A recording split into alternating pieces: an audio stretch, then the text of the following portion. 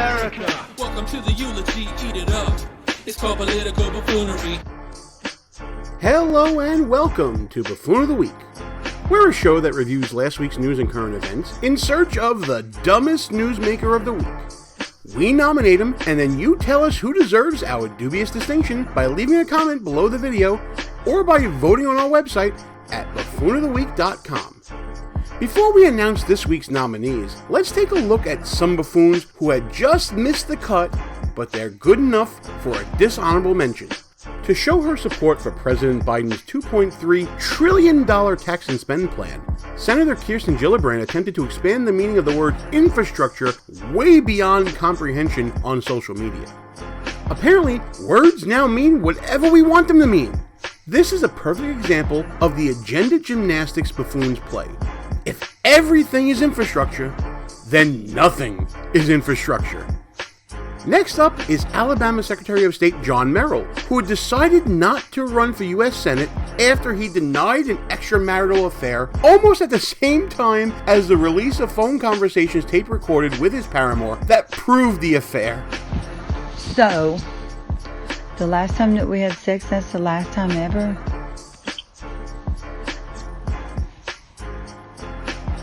Well, it was a pretty good day. That's the last time ever? It's supposed to be the last time ever. You know, if we've said it once, we've said it a million times here. It's not the act that gets you in trouble, it's the cover-up. And finally, of course we have to mention the infuriating interview between buffoon Jimmy Kimmel and even bigger buffoon Hunter Biden. Listen to this nonsense. Does it make you crazy when you hear someone like Donald Trump Jr. saying that the only reason he does is because he's a Biden and because of his last name, and how just wildly comical that is? I mean, does it? It is wildly comical. Is that? No, Jimmy. What makes me crazy is that you choose to have the president's crackhead criminal son on your show to promote his book and to normalize this privileged buffoon. Whew. But thankfully, I downloaded the Piorama app just to show you what I think of it all. And you guys can too. Just download the Piorama app from the Apple Store and follow the easy instructions so that you too can chuck a virtual pie at anyone you like. Check them out at piorama.fun. Now, under normal circumstances, any one of these dishonorable mentions would have been a nominee, but this week saw some especially high-level buffoonery. But before we reveal this week's nominees, make sure you smash that thumbs up button and please subscribe to the show. Oh, and when you do, click on that notification bell so that you don't miss any future shows. Okay, time to do what we do and reveal this week's nominees. All views and opinions expressed here are not necessarily of the mainstream media and may offend some listeners.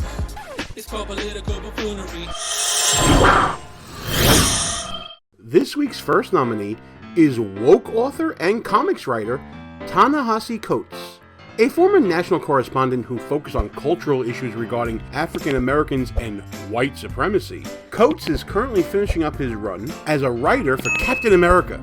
And let's just say for Marvel's sake, they're probably pretty glad it's ending. As part of Coates' story arc, Cap once again faces off against his longtime nemesis, Red Skull. Except, look at Coates' incarnation of this big bad. Red Skull has seemingly pivoted from Nazi megalomaniac to a self-help guru who takes to the interwebs pushing his 10 rules for life while also talking about anti-feminism and chaos and order. You know, that sounds an awful lot like Dr. Jordan Peterson, the renowned Canadian psychologist and author of such works as 12 Rules for Life, who thinks that masculinity is under assault in today's society.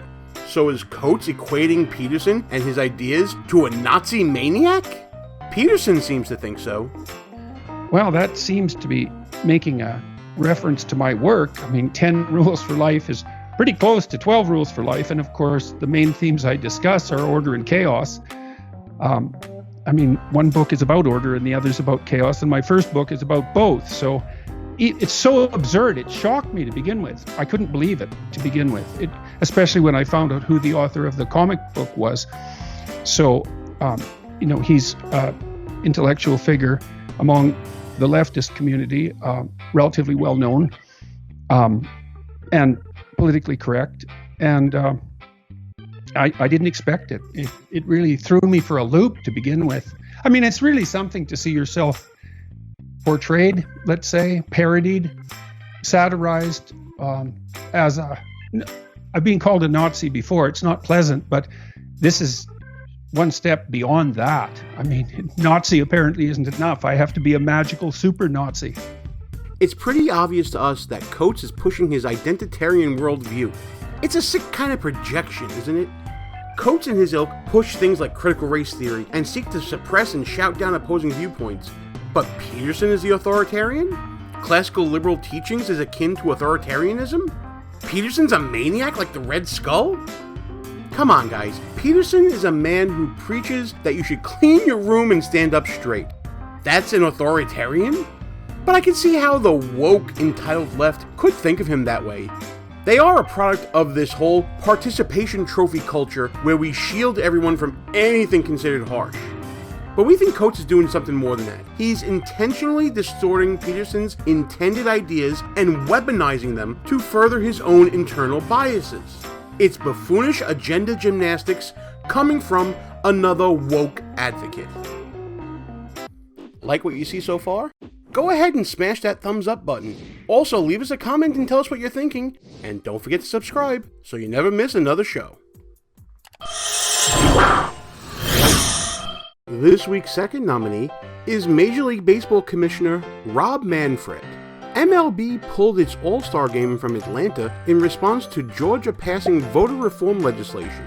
In a statement, Manfred said that, quote, "The best way to demonstrate our values as a sport is by relocating this year's All-Star game and MLB draft. Fair access to voting continues to have our game's unwavering support." Well, isn't that interesting? Let's take a look at these so-called values that MLB possesses. I wonder what values Manfred was expressing when he got into business with Cuba. I mean, you're going to Cuba, the president of the United States sitting next to Raul Castro, who's in a lot of people's minds a murderer.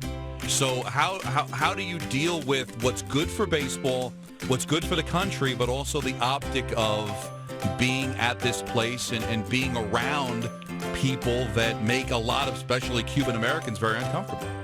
Well, I think it's important for us that we lined up behind the White House on this effort to try to improve relations with Cuba for the benefit of the Cuban people. And, we felt it was important when we began to engage on this topic to be a part of this historic moment, again, with the focus not being on making a comment on or certainly not supporting the existing Cuban regime, but instead trying to make things better for the Cuban people. Well, wasn't that a nice little sidestep? Manfred was clearly not worried about voting rights when MLB played an exhibition game in Cuba, one of the world's most brutal and oppressive dictatorships. Their laws only allow for one political party. That doesn't sound like unwavering support for fair access to voting. And how about MLB's connections with China? Last week, Manfred just okayed the renewal of a broadcast deal with Tencent, a Chinese Communist Party-linked communications firm. That's the same China, by the way, that brutally suppresses freedom in Hong Kong. But they're totally okay with Manfred. So what's the problem with Georgia's voter ID laws? It might as well have been modeled after MLB's own will call policy that, guess what, folks, requires photo ID to pick up tickets at the gate. Manfred is full of it. He doesn't care about Georgia's voter ID laws. I doubt he even read the legislation. MLB moved the All-Star game to Colorado, which also has voter ID requirements. So that's clearly not the issue. And Manfred isn't exactly mad at Georgia itself. He's a member at the exclusive Augusta National Golf Club where the Masters is held. So what's the deal? It's classic wokeness, folks. Plain and simple. Like we said in past videos, businesses go woke to avoid boycotts, bad press, and lawsuits. Manfred's decision is virtue signaling in the most ignorant and hypocritical way possible.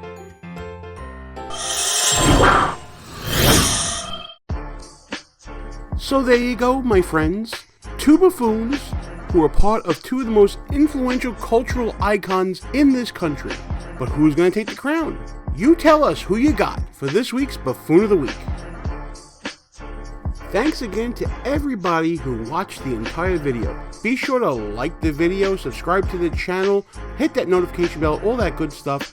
And of course, as always, shout out to Conscience for Political Buffoonery Part 1. Make sure you come back next week, where we'll have 2 more nominees, but only one can be Buffoon of the Week.